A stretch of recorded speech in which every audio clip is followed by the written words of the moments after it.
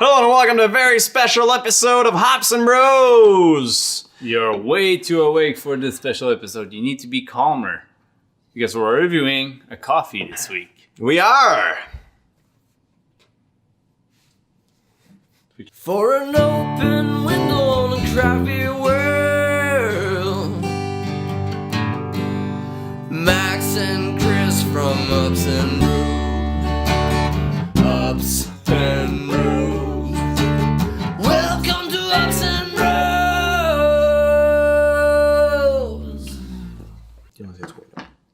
Alright, so this week we're doing something very special in the sense that we're not reviewing beer. We've been talking about this for a while, actually. We met with a guy, Pat, from Tubang, where we're like, hey, we'd like to do like some coffee reviews and stuff like that, because coffee is very, very closely knitted with beer production. It's probably the thing you can brew at home yourself without any fuss. That's true. I mean, you home brew every day if you do coffee at your home. Yeah, if you do roast at home, then congrats, you do it. But we probably don't roast at home. You probably don't. No. Your oven probably don't do that, which is totally fine. I have nothing against that.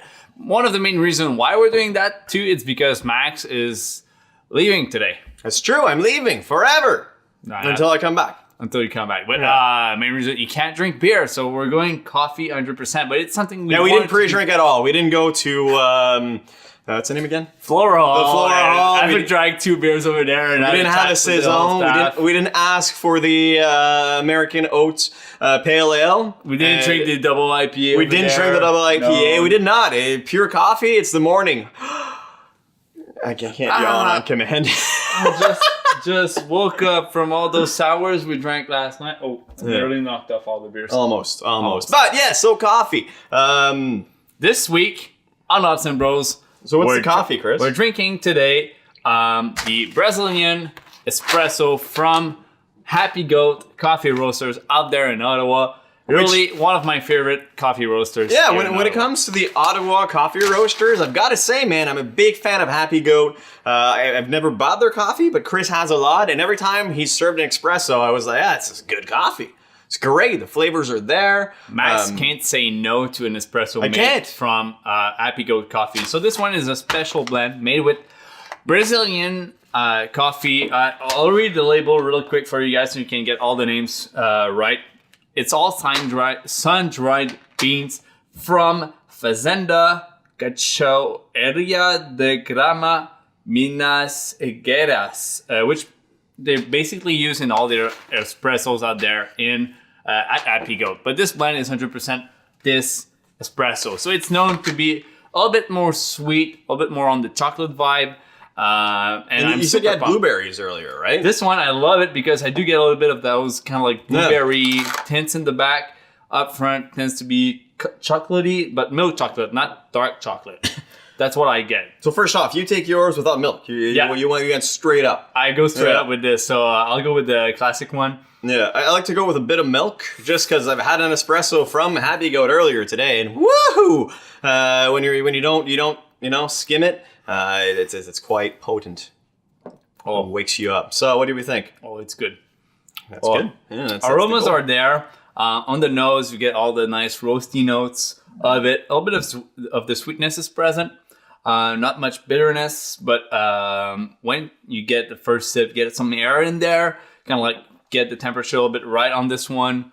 It's not too bitter. No. And that's what I love about espresso. Sometimes you get an harsh, really burnt coffee bean. This one more on the subtle side of things. Is it a lighter roast? Is that it's an espresso roast? Okay, espresso roast. So, what do we know about espresso roast? If we go on the science side of things, a light roast will get you more caffeine in there. It will, because you're roasting less of it off. Exactly. So closer you are to the green bean, more caffeine you have. Okay. So if you're someone that doesn't want to get awake, but I'm awake by flavors. Yeah. So for me, something that's... You're woken by flavors. Yeah, you're woke, I'm Chris. woke. Hey, kids, woke. I'm woke.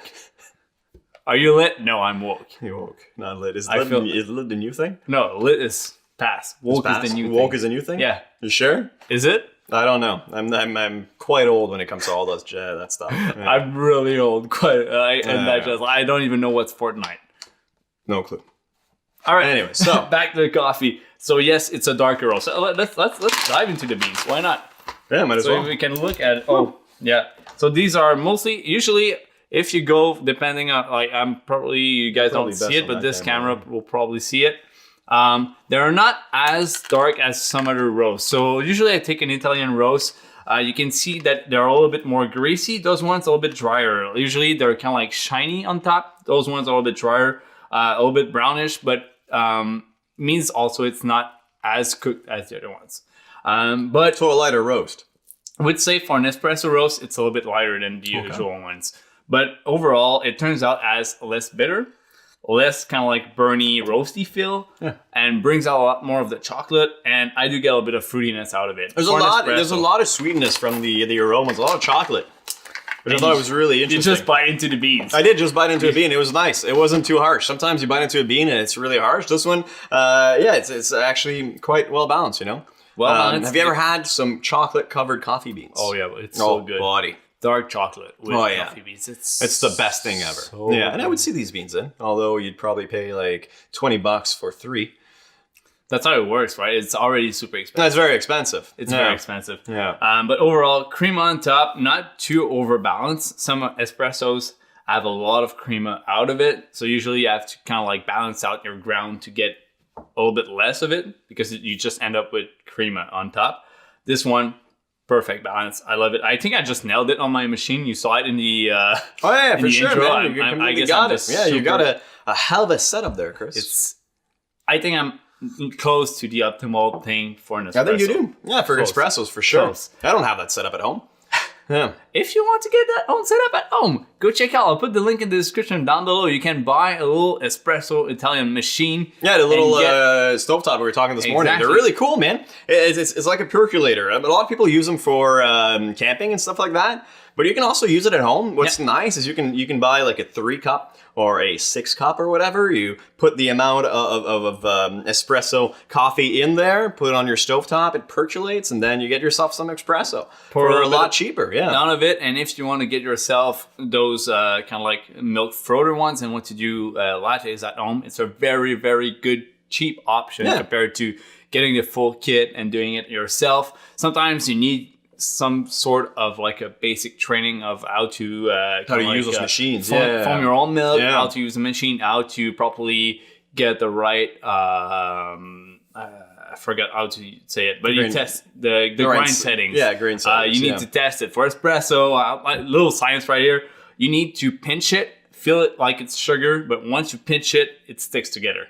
Okay, that's how you get a proper ground. Wow.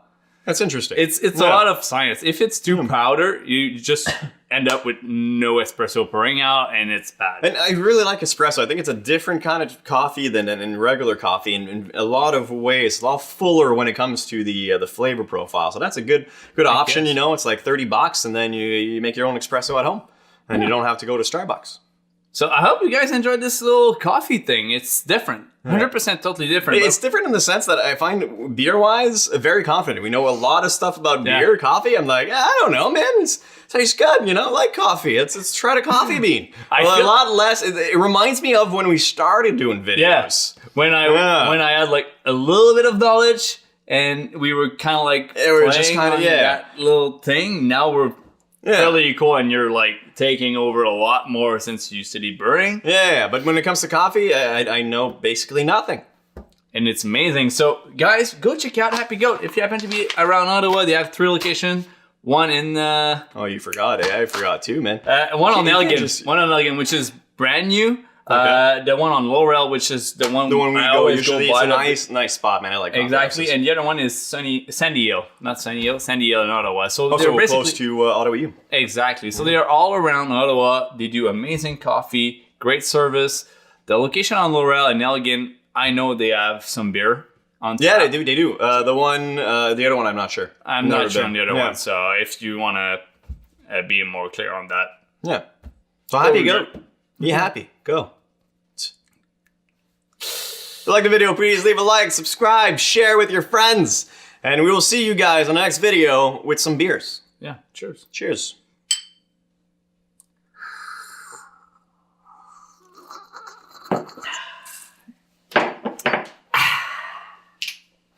That's a nice one.